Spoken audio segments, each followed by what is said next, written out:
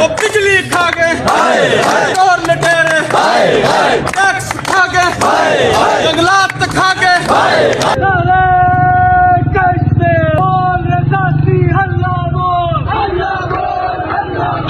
आपके पांव के नीचे से जमीन खिसक जाएगी जो आजाद कश्मीर के अंदर आज हो गया है।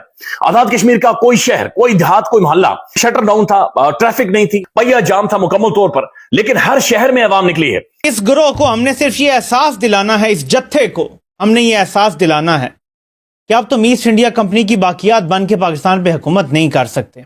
कि पाकिस्तान जब से बना है आधे से ज्यादा वक्त आपने बराह रास्त मार्शल लॉ लगा के हुकूमत की है। कभी पाकिस्तान की आर्मी या एस्टेब्लिशमेंट को इस तरीके से घबराया हुआ नहीं देखा कि वो मीटिंग कर रहे हैं और मीटिंग में बार बार कह रहे हैं कि किसी तरीके से लोगों को समझाया जाए, हम तो इनकी हिफाजत के लिए हैं, हम जिन इदारों में बैठे हुए हैं। ये भी कहा उन्होंने। दिसंबर से सिविल नाफरमानी की तहरीक शुरू की जाएगी। सिविल नाफरमानी का मतलब है कि बिजली के बिल नहीं, पानी के बिल नहीं, गैस के बिल नहीं, उसके बाद जनाब सरकारी मुकम्मल तौर पर चीजों का बाइकआउट होगा।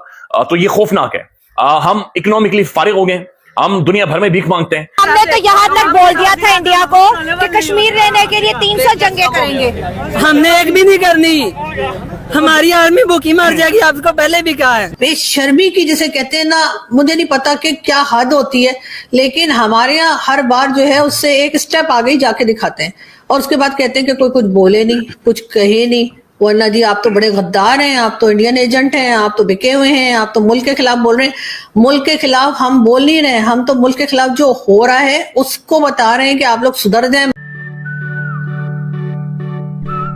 नमस्कार दोस्तों, एक बार फिर पाकिस्तान द्वारा कब्जा किए गए कश्मीर की जनता सड़कों पर उतर चुकी है और पाकिस्तानी आर्मी के साथ साथ पाकिस्तानी सरकार के खिलाफ धरना प्रदर्शन कर रही है। दरअसल पाकिस्तानी आर्मी और पाकिस्तानी सरकार द्वारा मिलकर जबरन पीओके में काला कानून पास किया गया है, जिसमें लोग सड़कों पर उतरकर धरना नहीं दे सकते, साथ ही साथ एकजुट होकर खड़े भी नहीं रह सकते और किसी को भी पाकिस्तानी आर्मी और पाकिस्तानी सरकार के खिलाफ कुछ भी बोलने और विरोध करने का अधिकार नहीं होगा। अगर किसी ने इस कानून का विरोध किया तो उसे 7 साल की कैद होगी और उसके खिलाफ कड़ी से कड़ी कार्रवाई होगी। इस काले कानून के पास होने के बाद पीओके की जनता सड़कों पर उतर गई और पाकिस्तानी आर्मी के खिलाफ धरना प्रदर्शन करने लगी। साथ ही पीओके की जनता ने पाकिस्तानी आर्मी को यह धमकी दी है कि वह उन्हें पीओके में घुसने नहीं देंगे और वह पाकिस्तानी आर्मी द्वारा बनाए गए फौजी प्रोडक्ट्स का बाइकआउट करेंगे। इसके अलावा वह बिजली और पानी के बिलों का भी बाइकआउट करेंगे और पाकिस्तानी आर्मी और पाकिस्तानी सरकार को किसी तरह का टैक्स नहीं देंगे। आइए इसी टॉपिक पर जानते हैं पाकिस्तान की मीडिया का इस पर क्या कहना है। अगर आपको वीडियो पसंद आए तो लाइक करें, शेयर करें और इस चैनल को सब्सक्राइब करें। इनका मुतालबा है कि जो हमारे राइट्स हैं, हमारे हुकूक हैं,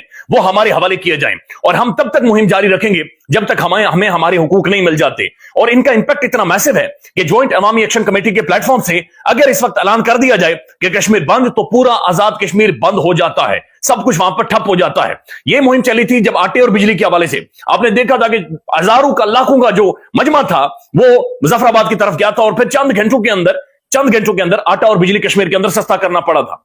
उसके बाद सदर आजाद कश्मीर ने पता नहीं किसके दबाव पर या किसकी धमकी पर अपने मुंह के ऊपर काला दुपट्टा लेकर और काले दुपट्टे के साए में एक ऑर्डिनेंस जारी किया। और ऑर्डिनेंस आप ये समझें, ऑर्डिनेंस इमरजेंसी की सूरत में जारी किया जाता है, हंगामी सूरत के अंदर जारी किया जाता है। तो आजाद कश्मीर में कौन सी हंगामी सूरत थी, कौन सी इमरजेंसी सदर साहब को महसूस हुई, कौन सा रूस ने हमला कर दिया था कि यहां पर इन्हें महसूस हुआ। लेकिन इन्होंने जनाब अपने ऊपर दुपट्टा लेकर मुंह नीचे करके एक काला कानून जारी कर दिया और काले कानून के मुताबिक यह था कि जनाब कोई भी बंदा एहतजाज नहीं कर सकता, प्रोटेस्ट नहीं कर सकता, यानी कि अपनी डेमोक्रेटिक वैल्यूज, जो बेसिक ह्यूमन इंस्टिंक्ट है, उसके ऊपर इन्होंने कुल्हाड़ी चला दी थी कि जनाब एहतजाज नहीं हो सकता, प्रोटेस्ट नहीं हो सकता, ये लोग बाहर नहीं आ सकते। फिर अगर आपने एहतजाज करना है तो पॉलिटिकल प्लेटफॉर्म से आए और फिर 15 दिन पहले इजाजत लें। वही काम जो इस्लामाबाद के अंदर किया गया था कि इस्लामाबाद में आप कुछ भी करेंगे तो जनाब आपको 3 सालों की सजा होगी और इतने लाख रुपए जुर्माना होगा। आजाद कश्मीर के लोगों ने रिएक्ट किया, उनका सवाल ही पैदा नहीं होता जी, हमारा बेसिक राइट, हम एहतजाज भी करेंगे और अपने पुरम तरीके से करेंगे और अपने बुनियादी हुकूक भी लेंगे।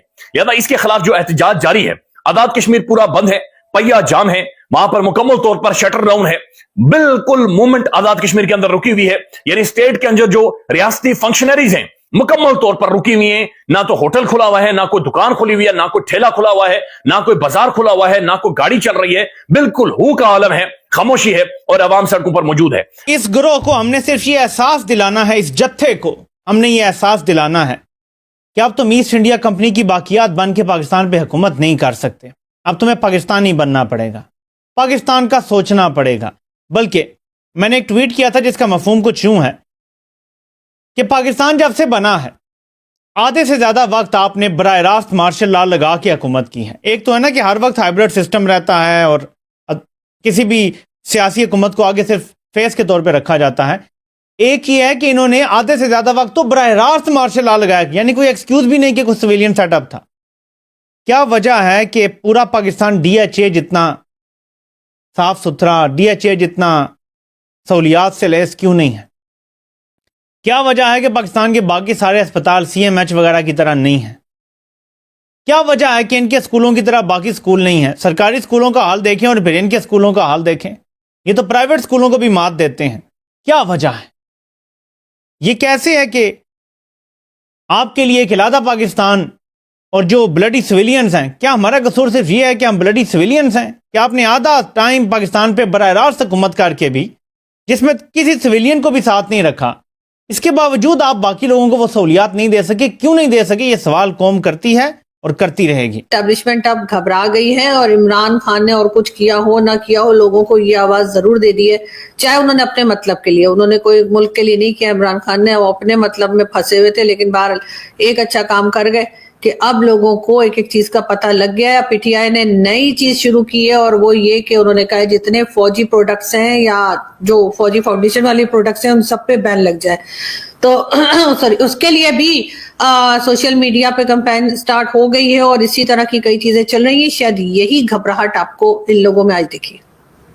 ओह अच्छा, ये फौजी फाउंडेशन के सामान पर जो बैन लगाने का चल रहा है, ये उससे डरे हैं। आपने बहुत सही बात बोली। मतलब ये बात तो मैं भी मानता हूं कि फौजी फाउंडेशन तो कमाई है ना, वहां पे तो नुकसान डरी है। मैं हरिमोहन जी की तरफ जाऊंगा। हरिमोहन जी, बोला ये जाता था, जनरल मुशर्रफ को बोला, जनरल मुशर्रफ भी कर रहे थे, नो डाउट। जब जनरल मुशर्रफ ने टेक ओवर किया था तो कौन से न्यूज़पेपर की हेडलाइन थी इंडिया में कि another Indian born general takes over Pakistani रीड्स? तो दूसरे थे इंडियन बॉर्न जनरल, तो पहले जियाउल थे और ये थे दूसरे।